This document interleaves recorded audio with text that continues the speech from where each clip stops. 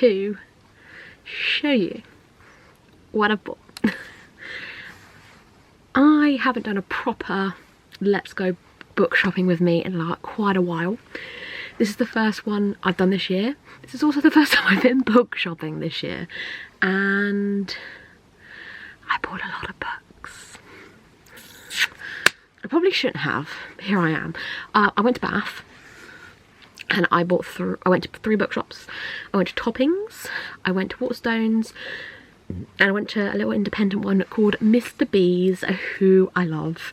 They're lush. But if you're ever in Bath, go and visit them. They are the loveliest people in there, and they're always giving out good racks as well. So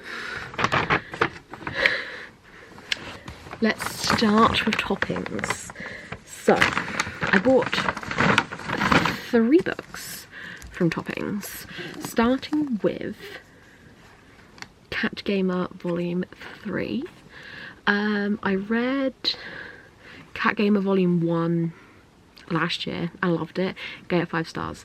I own 2 and now I own 3. I think they're so cute and so cozy and a fun time. I also love this had like a bit of a weird Mario theme on the back. But I just pick them up and get them when I see them, because I really struggle to find volumes of this in a few of my local Waterstones and bookshops. So Bath's like 30 minutes from me, so it's not too bad, but I have bookshops, Waterstones, that are closer, and they never have these. So I picked it up while I saw it. I then also got Heads Will Roll by Josh Winning. So I've just seen this spoken about a lot.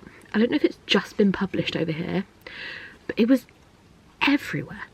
I picked it up from Toppings thinking, oh my god, I've never seen a hardback copy of that before. Went to Waterstones and it was there. Went into Mr. B's and it was there. I was like, oh, so maybe it's just been published in the UK. I don't know, but I picked it up anyway. So, Willow is in need of an escape. A former sitcom star, she's been publicly shamed on the internet after posting something she really shouldn't have. She checks into Camp Castaway, an adults-only retreat based at an old campground in the woods. It's the first night and the campers gather around the fire to tell some ghost stories. That's when Willow hears the tale of Knock Knock Nancy, a local urban legend about a witch brutally beheaded in this very woodland. They say her restless spirit knocks on doors late at night. If you answer, she'll take your head.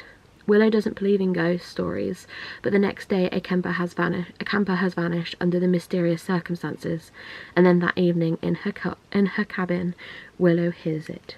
Knock, knock, knock. So I'm very excited to read this. Also, this cover is stunning. Stunning. So I'm very happy to have got that. And then the final book I got from Toppings was a horror movie by Paul Tremblay. I know so many people that loved this last year, so I'm very excited to have this. This has got like a black sprayed edge and it is signed apparently. Yeah, signed by Mr. Tremblay himself. Never read anything by Paul Tremblay before, but I know this was on a lot of people's favourites of last year, so I'm very excited to read it. It's got a weird bumpy cover that kind of freaks me out a little bit. So, summer 1993. A group of young guerrillas filmmakers spend 4 weeks making Horror Movie, a notorious, disturbing art house horror film. The weird part? Only 3 of the film's scenes were ever released to the public. Steeped in mystery and tragedy, the film has taken on a mythic renown. Decades later, a big-budget reboot is in the works, and Hollywood turns to the only surviving cast member, the man who played the Thin Kid. The masked teen at the centre of it all.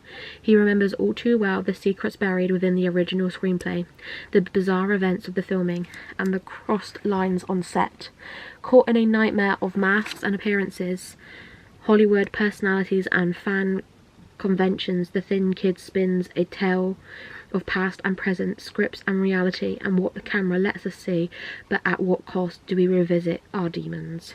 After all these years, the monster the world never saw will finally be heard.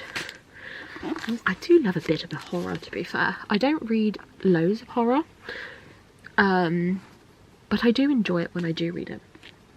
And there's a lot of horror books I really want to get to this year, and this is one of them. So I'm very excited to have these. And then from Waterstones, I went in for 2.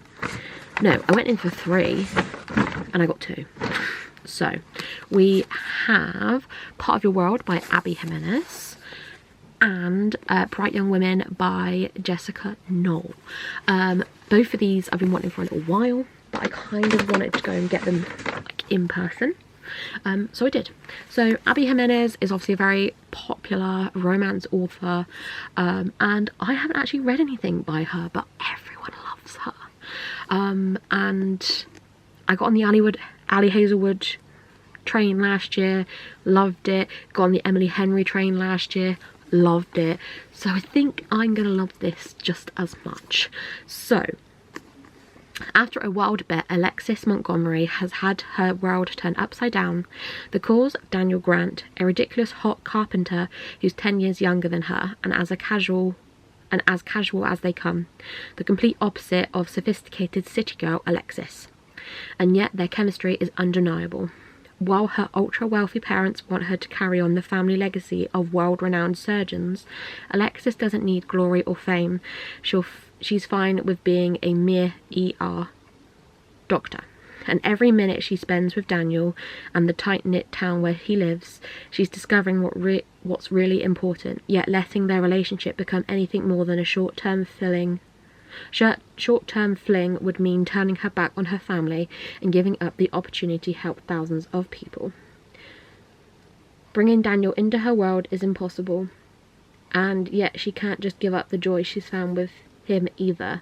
With so many differences between them, how can Alexis possibly choose between her world and his? So it sounds like kind of small town romance, which I do love. A small cozy town. Is that a sheep? Is that a sheep? Or is it a dog? It looks like a sheep. Don't know. Very intrigued.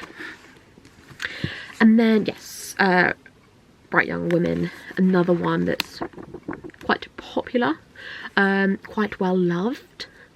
I have no idea about anything to do with this, other than I saw so many people loving it. I wanted to give it a go. So, January 1978. Sorority president Pamela Schumacher is startled awake at 3 AM and is shocked to encounter a scene of implausible violence. 2 of her friends dead and 2 others maimed, thrust into a terrifying mystery. Pamela becomes entangled in a crime that will captivate public interest for more than 4 decades. Seattle.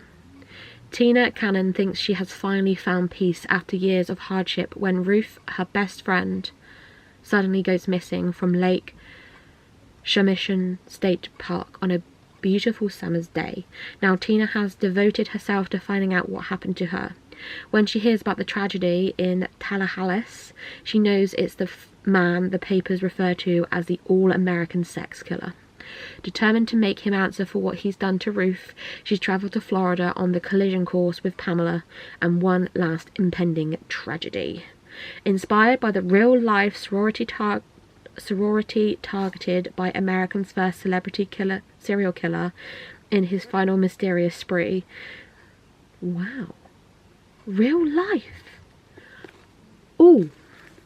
So is it based on a true story? Wow. Okay. I'm intrigued. I'm really intrigued. I love kind of true crime.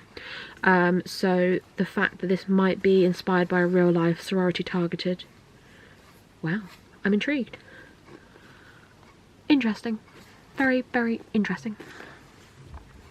And then we have the 3 books because I have a problem, I got from Mr. Bees. So the first one I'm going to talk about is Iron Widow by it's Ryan J. Zaho. I'm sorry if I've pronounced that wrong. The woman in Mr. Bees persuaded me to buy this. I've seen it spoken about a hell of a lot, and I've always wondered if I should pick it up or not. But the way the woman explained it to me, she said female rage, and I said, give me the book. Give me the book.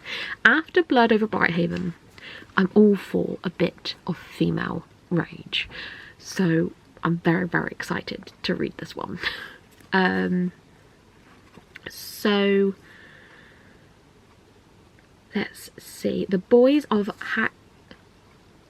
Huxia's dream of pairing up with girls to pilot Sharancelis, giant transforming robots that battle aliens beyond the Great Wall. It doesn't matter that their female co-pilots are expected to serve as concubines and often die from mental strain. So yeah, so she said it's like you have a big wall, and on one side is kind of like deserted plains, and one side is where the people live, and you have the male pilots of these planes, and the way that they do what they have to do is by taking power away from the women who they have as co-pilots in their planes.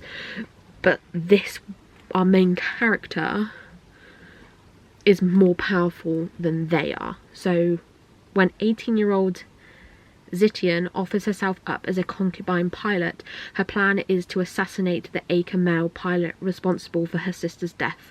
But after miraculously surviving her first battle, Zayton sets up her sights on a mightier goal. The time has come to stop more girls from being sacrificed. So yeah, I think she ends up being more powerful than they are, and then tries to overtake the men. Girl power. Female rage. We love a bit of female rage. Next, another member of staff in Mr. Bees persuaded me to buy, which was A Language of Dragons by S.F. Williamson, which is a new release. And look at the dragon. Look at the dragon.